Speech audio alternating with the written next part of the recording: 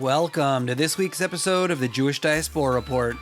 On this week's episode, we look into the media's enjoyment over Israel's current political situation and the ongoing double standard that Israel is held to within the Western world. Let's get started.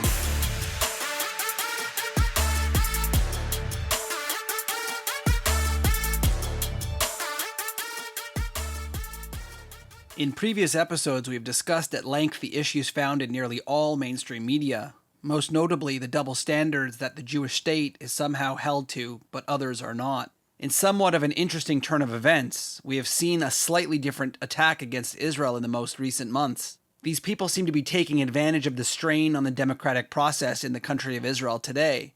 By this, I'm referring to the long-term protests for and against the current Netanyahu government and their policies towards the judicial overhaul, in addition to other vital parts of Israeli society.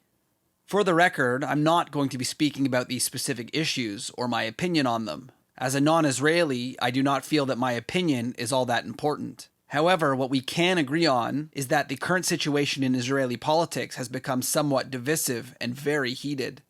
Amazingly, we have seen haters of Israel from all sides use this democratic challenge to, yet again, demonize Israel. Ironically, their criticism against Israel and the protests for and against various policies ignores one major issue right from the start. Maybe we can ask why we don't see these kind of things from other Middle Eastern countries. It is because Israel is a democracy, and with democracy comes political challenges. If everyone just agreed with the government and there was no need for elections based on civilian participation, it would be like all other Middle Eastern countries with no, or a questionable, elected government. This obvious fact has not stopped many, especially on the left, from calling out Israel for the same political challenges that all other free nations face. But apparently, this political upheaval is only a sign that Israel is a failed state. We will get back to this shortly. This week, on the left-wing mainstream channel MSNBC, we saw host and anchor Ali Velshi put together an entire segment on this very topic. For this podcast, I wanted to present his argument and show how he, and other mainstream media sources, are using this current political battle in Israeli politics to hold Israel to a different standard, and use it as yet another weapon against the Jewish state. I am sure Mr. Velshi and others do not really care about Israeli politics and policies. They just really want to try and use this and present Israel as some sort of failed and terrible state. A message that they have spread long before this issue arose in Israel, and will most certainly continue long after this issue is resolved. Before we get into this clip, I figured we need a little bit of a background on Mr. Velshi, so that we may be able to understand his possible biases. Born in Kenya as an Ismaili Muslim, and moving to South Africa during the apartheid years, eventually moved him to Canada, where he was raised in Toronto. Velshi became a reporter in Canadian television following his degree in religious studies from Queen's University, a campus that he organized and involved himself in extensive political activism on campus. Obviously, someone's religious beliefs, upbringing, and previous work does not necessarily dictate their biases, but it is always good to know these things to possibly assess where his opinions may come from, even subconsciously. Eventually, Velshi's political activism in college and television career led him to the United States and jobs with CNN, Al Jazeera America, and now MSNBC, where he works as chief correspondent today. With a simple Google search of the words Velshi and Israel, many stories arise almost entirely from an anti-Israel slant. We cannot forget that he did work for Al Jazeera, likely the most anti-Israel publication without much hesitation. With his background and the endless work to demonize Israel, should we really be surprised to see yet another piece that is attacking Israel? In his piece, called "The U.S. Should Not Reward Bad Behavior," dated September 3rd, Velshi lays out his ideas for why Israel should be punished by the United States for their internal political strife. We will listen to the clips and stop it as we go so I can give some context and background behind some of his claims. I was hoping to treat this almost like as if someone was in the studio there with him to refute his claims on the spot, rather than giving him the open freedom to spread confused misinformation without any fact-checking or with anyone asking for further explanation. Here's Mr. Velshi on MSNBC. With all that's going on in the world and here in the United States, it's easy to forget that Israel is coming apart at the seams. Since the end of last year, Israel's internal politics has been upended. An indicted prime minister was returned to office and, in a situation echoing American politics, is trying to use his power and influence to remain in power to avoid prosecution for fraud, breach of trust, and accepting bribes. Velshi comes out swinging right from the beginning, calling Israel coming apart at the seams. Obviously, I'm not going to get into the internal politics behind Netanyahu and his criminal trials and things of that nature, but I just want to point out the fact that he does admit in one breath that this is exactly a sort of thing you'd find in the United States, internal struggle, divisiveness. But the funny thing is he's saying that the Israelis, because of this, are coming apart at the seams. Does he not say the same thing about the United States? Is the United States a failed state and coming apart at the seams? I don't think he's suggesting that, and I think that that's very clearly a double standard. Why is it that when Israel has internal conflict, but the United States apparently is totally fine because it's a democratic state, so they, of course, will have conflict, but Israel is held to a different standard? Let's continue. He's even changing Israeli laws for reasons that appear to be entirely self-serving. Now, central to what it's looking like the collapse of Israel's ostensibly democratic system, and I say ostensible because millions of people, Palestinians who live under illegal occupation, are subject to Israeli persecution and prosecution without either its protections or the right to vote. And there you have it. Within the first breath, he of course brings up the apartheid issue and the fact that Palestinian Arabs don't have the right to vote. Clearly this is selective in many ways because Palestinian Arabs who live in Israel do have the right to vote in Israeli elections. What he is referring to, unfortunately, are Palestinian Arabs who do not have Israeli citizenship. That would be like me living in Canada, expecting to be able to vote in an American election. Doesn't happen. I don't live there. And I would love to ask Mr. Velshi if he is referring to the West Bank or Judea and Samaria. Which one is he referring to? Does he think that the people in Area C deserve to vote in an Israeli election? Or people in A, B, and C deserve to have an Israeli say? Because the people in A and B are currently living in what is now considered to be a Palestinian state. So is he expecting people who live in all parts of Judea and Samaria to be able to vote in both the Palestinian elections that never happen and the Israeli elections? I'm assuming for sure he's calling out the fact that Jewish people who live in Area C don't get to vote in Palestinian elections, because that is terrible that they don't get to vote on a Palestinian government. It's funny how they always seem to want it both ways, where it is an independent Palestinian state with its own government, its own elections. However, it's not an official Palestinian state when those people in that government are to be held to account for what is and is not happening in their region. It's independent as long as it's good for the Palestinians, and it's occupied as long as it's not good for the Palestinians. I think they really need to make up their mind here.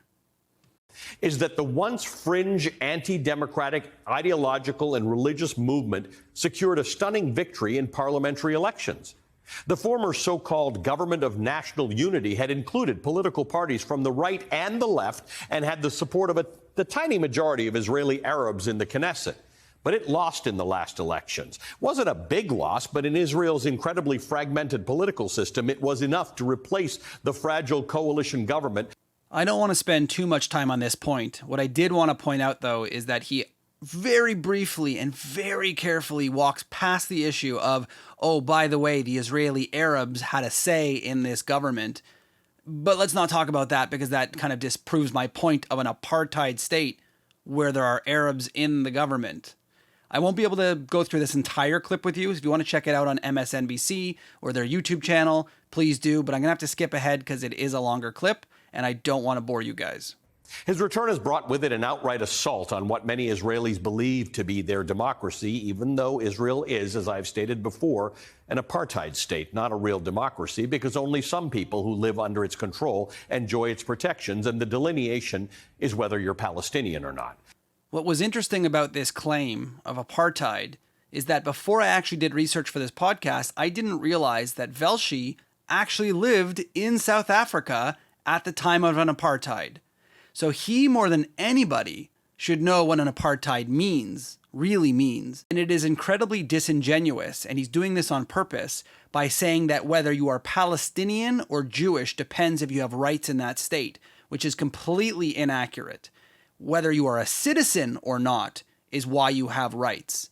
Being Palestinian Arab in Israel gives you rights. You have the right to live in Israel, and you can talk to people like Yosef Haddad and other Palestinian Arabs who live in Israel with citizenship who are praising Israel on a daily basis.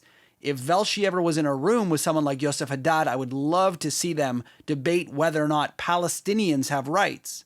If you are not a citizen of a country, you do not get rights because you are not a citizen, just like I wouldn't have rights in the United States and an American wouldn't have rights in Canada. But we love to have double standards where whatever Israel does is wrong, and even though every other country in the world does the exact same thing, they are fine to do it. However, many Israeli citizens either live under the illusion of or legitimately hope for democracy. And Netanyahu has undermined that with a judicial overhaul, which essentially gives politicians, those extreme far-right politicians in his government, full control over Supreme Court appointments. It also allows Parliament to override judicial decisions, subverting one of the sole checks on the government's authority. The question is what Netanyahu and his ultranational government plan to do with their newly unfettered power. Safe to assume they'll use it to target the already vulnerable Palestinian population. Some Middle East experts say the government could use new laws to expand illegal Israeli settlements or even go as far as annexing the West Bank, which is totally controlling it without offering its residents a vote. And at least that would prove the argument that Israel is actually an apartheid state. Whoa, whoa, whoa, whoa. Wait a minute there. You just said a minute ago that Israel is an apartheid state and that Palestinian Arabs do not have the right to vote and they're living under an occupation. So how is it that the judicial reform suggested by the government will then lead to an occupation of the Palestinian people and not give them the right to vote? You cannot have it both ways. On the one hand, you're saying that already is happening, but also that Netanyahu and his changes will make it happen. So either it's not happening now and you know it's not happening now and you're lying, or you are using this judicial reform excuse to try to prove something that isn't happening now, but it might happen in your worst nightmare that you make up. This is completely and utterly a lie, and he just said it right in front of you, and it is unbelievable that this is allowed on television. I'm not going to touch the whole illegal settlement lie. If you want any more information on that, please check out my earlier podcast, What is a Settlement Anyway? And you can get a little bit more information on that. As I said earlier in the podcast, I'm really not going to get into the internal politics of these issues with Netanyahu and the reform and the changes he wants to make. I'm just pointing out how Velshi is using these issues as a weapon against the Israeli state. This summer, though, Netanyahu already approved plans to expedite construction of thousands of new settlements in the occupied territories. Israeli settlements in the West Bank are deemed illegal under international law, a finding that is notably ignored by both Israel and its greatest military and financial supporter, the United States. As I said, listen to my earlier podcast on what settlements are. Many of these settlements are actually based on Jewish-owned land that is going to be negotiated as part of a Jewish state, according to the Oslo Accords, which unfortunately have been completely ignored at this point. But nonetheless, they are building in the land that was given to them by the Palestinian Authority. So how are these settlements on occupied land if, according to the Oslo Accords, the Palestinian people agreed to give that land to an eventual Israeli state? Brutal settler attacks on Palestinian villagers have increased, and the additional Israeli military forces that have been sent into the West Bank by Netanyahu are known to turn a blind eye and sometimes even join in on the deadly wave of violence that has now lasted for more than a year and that has reached levels not seen in 2 decades. First of all, I'd like to point out that I would like any ounce of proof that the IDF soldiers are participating or allowing this to happen. I have not seen one shred yet of proof that that is a thing. I think he's literally making that up, personally. But what I do want to call out is the fact that he suggested there were brutal attacks by Israeli settlers on Palestinians. Unfortunately, we did see some instances of retribution. I've called it out on my podcast. Israel has called it out. Almost everyone that I know has called it out. It is wrong to do, and we've said that. What he is leaving out very, very clearly is the fact that the rise is not only against Palestinians, unfortunately, it is Palestinian anger and frustration and murder against Israelis that is at an all-time high.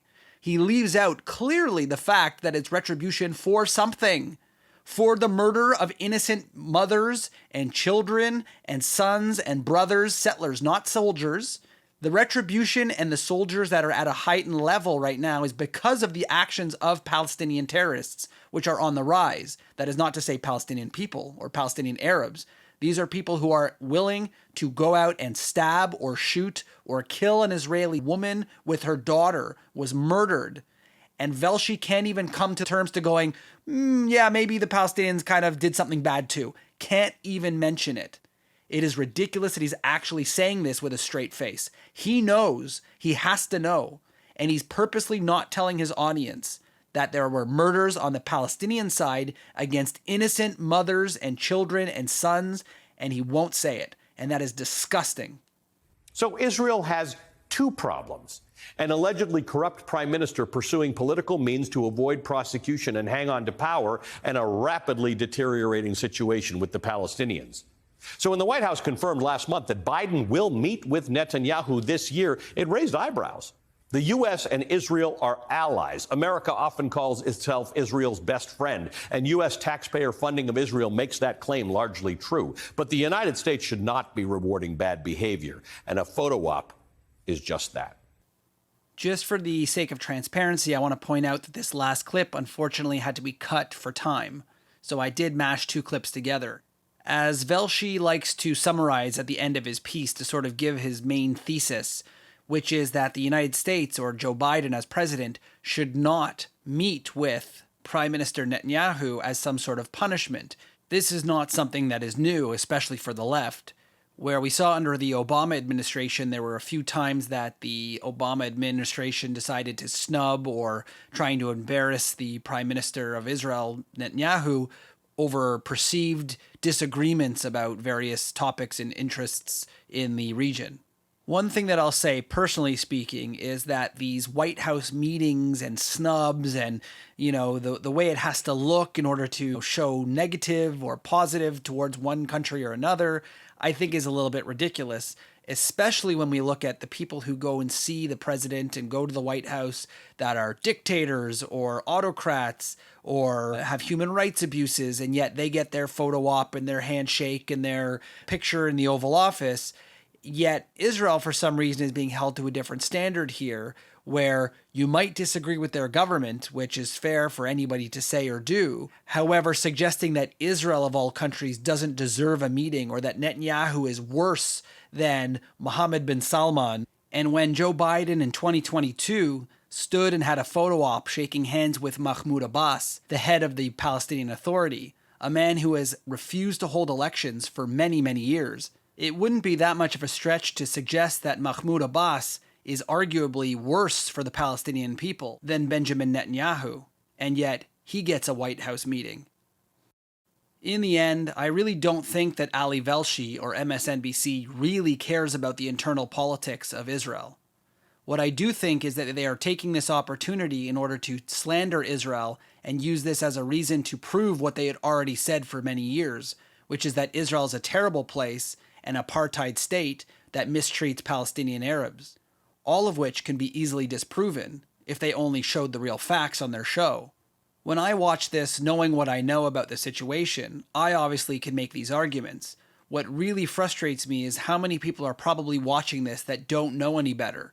And with the information that is not being told to them, I am not at all surprised that they don't understand what's going on and have a negative view towards Israel. When you leave out half the story, or possibly even more than half the story, it's not a surprise that people will hate Israel based on this misinformation. And MSNBC, and especially Ali Velshi, needs to do a better job of making sure to tell the entire story, to allow everybody to make their own decision, rather than hiding the facts that they know will lead people to support Israel more than the Palestinians and the Palestinian Authority. If Ali Velshi and MSNBC, along with other left-wing media, is not afraid of the truth, then why are they trying to hide it so much?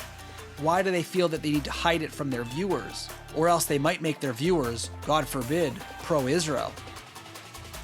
This has been another episode of the Jewish Diaspora Report. Don't forget to check us out on social media at jdr.podcast and check out some of our other episodes on your favorite podcast source.